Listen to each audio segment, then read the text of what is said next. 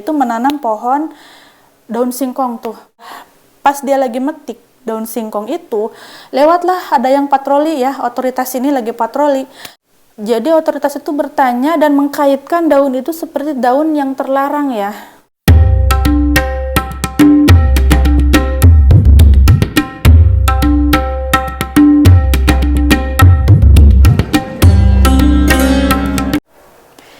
Assalamualaikum warahmatullahi wabarakatuh. Kembali lagi di vlognya Sarah Moza. Selamat bergabung dan terima kasih banyak untuk semuanya yang selalu mendukung channel aku dengan like, subscribe, dan komennya. Saya doakan semoga semuanya dalam keadaan sehat walafiat, dimudahkan, dilancarkan segala urusannya. Amin.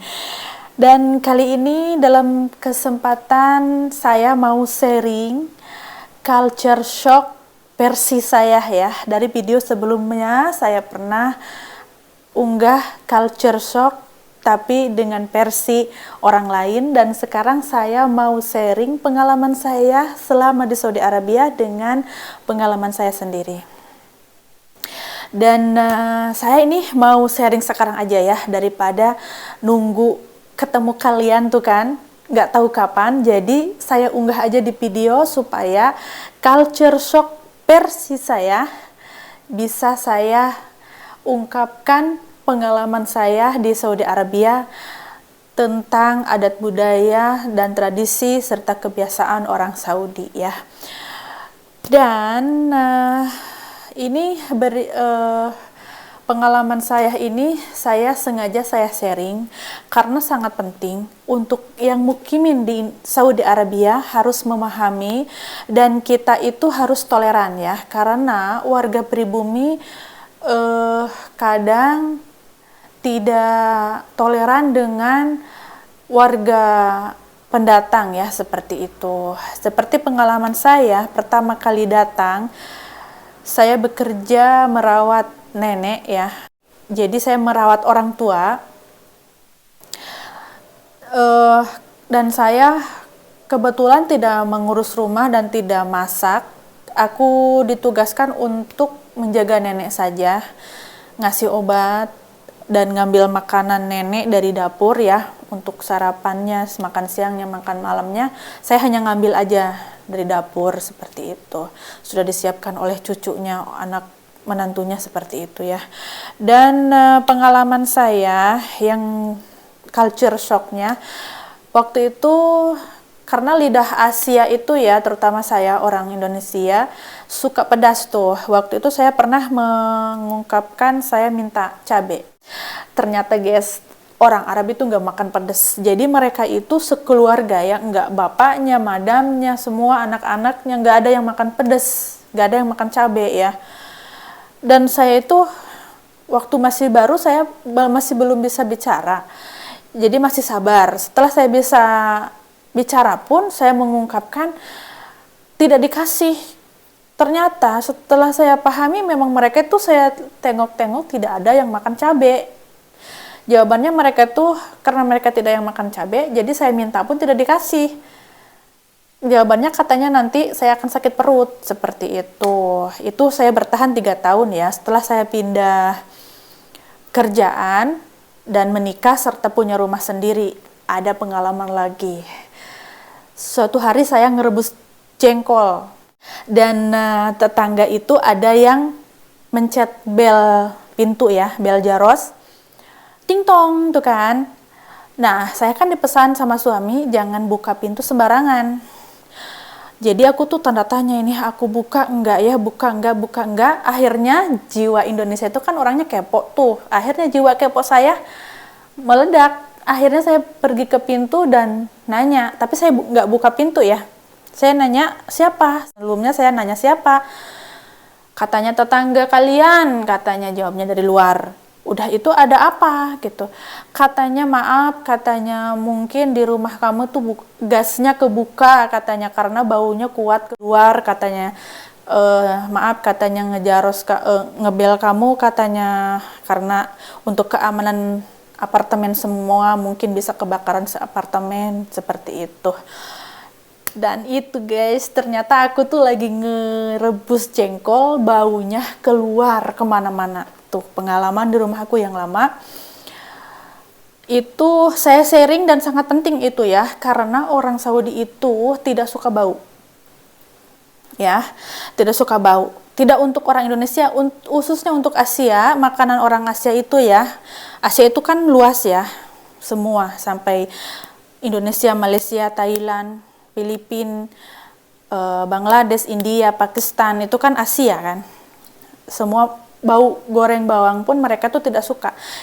Jadi setiap saya sudah masak itu, mereka itu nanti menyalakan bekur ya. Bekur itu seperti gaharu ya. Di Indonesia itu gaharu kemenyan seperti itu. Wewangian yang khas Arab itu namanya bekur. Dan itu jadi pelajaran untuk saya. Makanya ini jadi sharing, semoga bermanfaat ya untuk yang ingin tahu culture. Jadi kita itu harus toleran juga ya. Kita tuh sebagai pendatang harus menghormati pribumi kan. Dan tips untuk yang misalkan mau rebus jengkol nih misalkan ya, agar baunya tidak kemana-mana, tidak seapartemen bau semua.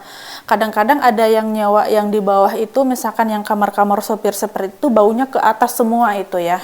Seperti goreng asin, seperti rebus jengkol, tuh kan uapnya kan kemana-mana. Jadi kalau untuk rebus jengkol itu selain airnya diganti-ganti, jadi kalau mau mengering tuh airnya ya diganti-ganti pakai air yang mendidih, diganti, dibuang, diganti, dibuang. Jadi nanti tidak akan bau. Untuk bau jengkolnya tidak begitu kuat ya. Dan nyalakan blower yang ada di dinding ataupun yang di atas kompor, nyalakan blower dan jangan dulu dibuka jendela ya. Jendela tutup dulu, pintu dapur tutup, nyalakan blower, nanti setelah selesai masak baru buka jendela. Karena biar baunya diredam dulu pakai blower, biar tidak langsung keluar kemana-mana terbawa angin seperti itu. Dan untuk misalkan goreng asin, jadi minyaknya itu untuk goreng bawang dulu, baru untuk goreng asin. Jadi nanti baunya juga tidak terlalu kuat seperti itu ya. Nah ini kadang jadi pro kontra dan perdebatan nih untuk bau orang Arab ini. Kita tuh harus paham. Orang Arab itu rumahnya bersih wangi. Ini untuk orang Arab pribumi ya, karena saya tuh selain suami, saya juga pernah bekerja di rumah Arab. Orang Arab itu kalau makan ikan saja ya, mereka tuh beli ikan tidak masak di rumah. Jadi masak di luar, dimatang dari restoran, disimpan. Jadi misalkan beli ikan fresh tuh ya, jadi ditaruh di jalan, maksudnya di restoran di pinggir jalan seperti itu, nitip masak. Nitip mau diapain aja, digoreng, dibakar, dititip di sana, nanti dibawa sudah matang ke rumah. Kalau nggak makan di restoran itu mereka tuh begitu. Nah setelah selesai, jadi bekasnya itu ya, kan ikan tuh bau ya ruangan itu. Nanti tuh bekasnya itu sampahnya tuh buru-buru ditutup dengan dibungkus dengan plastik, langsung dibuang, dan ruangan langsung semprot dengan pewangi ruangan ataupun yang saya sebutkan bekur tadi ya. Karena orang Arab itu rumahnya tetap tidak bau. Jadi wajar kalau mencium bau dari luar, bau Asia nih ya, goreng bawang, apalah segala macam itu. Jadi wajar kalau mereka marah gitu, rumahnya sudah dibersihin, sudah diwangi-wangiin, pas masuk ke bawah angin itu udara yang bau goreng asin, yang apa kan seperti gorengan juga tuh kan nempel banget tuh di pakaian tuh, di apa namanya, gorden gitu kan, nempel tuh misalkan kain apalah, misalkan sopanya kain gitu kan nempel gitu kan baunya itu. Nah itu tips dari saya sekaligus pengalaman. Dan yang fatalnya lagi tuh ada cerita dari salah satu sopir ya, dia itu menanam pohon daun singkong tuh, pohon singkong ya, nanam dan dipetik lah. Pas dia lagi metik daun singkong itu, lewatlah ada yang patroli ya, otoritas ini lagi patroli dan mungkin memperhatikan ya, diperhatikan dan berhenti lalu ditanya, katanya apa itu, katanya yang kamu petik itu. Jadi memang ini cerita lucu tetapi ini penting ya, karena perbedaan kebiasaan dan mungkin di sini tidak ada tanaman daun singkong yang dulu-dulu itu kan. Jadi otoritas itu bertanya dan mengkaitkan daun itu seperti daun yang terlarang ya. Daun terlarang itu dan akhirnya diamankan, diinterview, dibawa ya, sempat dibawa. Nah itu juga berabe guys, jadi harus sangat hati-hati. Misalkan kalau mau nanam daun singkong, takutnya otoritas yang lain gitu kan, orang itu tidak semua paham gitu kan dengan tanaman-tanaman, tidak semua paham. Kadang-kadang seperti otoritas itu kan thinkingnya itu ke arah yang sesuatu yang terlarang seperti itu kan. Jadi kalau mau nanam ya di sebelah samping rumah yang tidak langsung jalan, istilahnya tidak mengundang perhatian tetangga atau otoritas yang lewat seperti itu. Ini penting banget. Jadi istilahnya mah saya sharing, berbagi pengalaman, berbagi pengetahuan. Jadi istilahnya bukan untuk saling menyalahkan, jadi kita antisipasi dan kita toleran ya.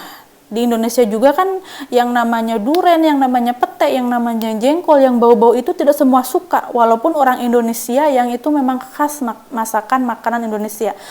Orang Indonesia sendiri tidak semua suka kan, apalagi dengan warga pribumi yang bukan makanannya mereka gitu. Baunya aneh dan sangat kuat gitu kan. Jadi demikian sharingan saya, pengalaman saya yang benar-benar bikin kaget banget gitu ya, nggak nyangka banget gitu. Pokoknya di luar dugaan saya gitu kan, benar-benar di luar ekspektasi saya kalau ternyata mereka itu pertamanya kok gitu amat gitu kan. Pertamanya saya juga begitu ya. Karena setiap saya masak aja kok tetangga langsung menyalakan bekor di pintu luar gitu ya. Lama-lama kan saya jadi perhatian juga gitu, karena yang rumah baru juga memang sama, setiap saya masak walaupun pintu dapur ditutup, blower dinyalain, ini kalau keluar dari dapur itu pasti sudah nyium wangi bekornya tetangga gitu ya. Ya jadi kita itu harus sadar diri lah kalau kita itu wanginya itu mengganggu gitu kan, aroma dari dapur kita itu mengganggu. Jadi saya juga akhirnya setelah masak itu, jadi jangan buka jendela dulu baru saya juga nyalain behur atau semprot pewangi ruangan seperti itu, supaya aroma dari dapur kita itu tidak mengganggu. Walaupun saya kadang-kadang itu masak ringan ya, jadi misalkan mau bikin bakso itu cuma goreng bawang putih aja misalkan gitu, tapi aromanya memang kemana-mana gitu. Dan memang pengalaman saya juga nih, saya sebelum keluar itu makan pete dulu di rumah tuh, dan setelah balik ke rumah tuh ruangan tuh sudah nggak ada bentuk petenya ataupun piring ataupun apa, sudah nggak ada, tetapi aroma pete itu ada di ruangan. Nah kita yang makan aja ya, yang suka istilahnya, kita bisa mencium sekuat itu baunya gitu, apalagi yang nggak suka dan tidak tahu apa itu gitu kan. Baunya ini rusak sekali katanya ya, ini baunya kok begini sekali, seperti itu ya. Tapi alhamdulillah ya, kalau kita toleransi, insya Allah kita itu jaga toleransi ya. Walaupun kita itu di apartemen itu tidak boleh, istilahnya mah harus, istilahnya kalau Indonesia itu kan menyapa, salam itu kan keharusan ya. Kalau di sini tuh katanya kalau menyapa, kalau salam, kalau istilahnya mah komunikasi gitu dengan tetangga, katanya khususnya untuk laki-laki ya. Kalau sesama perempuan sih mungkin tidak begitu dipermasalahkan ya. Tetapi kalau untuk laki-laki, kita itu seperti ngasih sinyal hal yang negatif seperti itu ya. Jadi kalau kita tuh masing-masing aja di sini tuh, walaupun apartemen kita pintunya berhadapan gitu ya, kita tuh masing-masing ya. Mungkin kalau rumah depan ini kan si nenek suka salam ke saya ya, welcome kita, karena saya juga sebagai pendatang ya, sebagai pendatang kita itu harus melihat istilahnya sopan santun seperti itu kan. Jadi harus, walaupun saya dilarang untuk banyak komunikasi gitu kan, bahkan sama security apartemen saja saya tidak diperbolehkan untuk komunikasi secara langsung seperti itu. Tetapi kalau untuk darurat-darurat, misalkan suami tidak ngangkat telepon, misalkan tidur atau apa, ada hal darurat ya saya langsung komunikasi di HP gitu, tapi tidak komunikasi secara langsung seperti itulah. Inilah ya culture yang saya sharing. Saya tidak bermaksud untuk menjelekkan warga pribumi atau warga yang negara yang sedang saya tumpangi. Tidak, saya juga harus memaklumi yang seperti saya katakan, rumah mereka itu wangi dan bersih ya. Kita itu jangan rusak rumah mereka itu dengan aroma kita dari dapur kita seperti itu. Ya kita harus istilahnya mah harus nyadar ya, harus namanya numpang ya. Walaupun kita nyewa, ini bukan rumahnya mereka gitu. Jadi walaupun kita itu punya hak, kita bayar di sini, rumah ini punya hak, tetapi pada intinya kita itu harus, namanya orang Indonesia itu harus ada toleran seperti itu, harus memaklumi, harus memahami juga, jangan marah gitu, jangan kita bilang mereka fanatik atau apa, enggak, mereka itu wajar marah, karena rumahnya sudah dibersihin, sudah diwangiin, masa kita kasih bau yang enggak sedap. Rumah kita sendiri aja, kalau rumah aku sendiri aja nih, misalkan ruangan lain kan saya tutup pintu supaya tidak masuk aroma dari dapur. Nah, gimana dengan rumah orang? Seperti itu aja ya. Demikian sharingan saya, semoga bermanfaat ya. Pengalaman saya di Saudi Arabia dari berbagai segi, dari berbagai waktu, dari waktu ke waktu memang seperti itu adanya. Jadi harus kita saling menghargai, menghormati.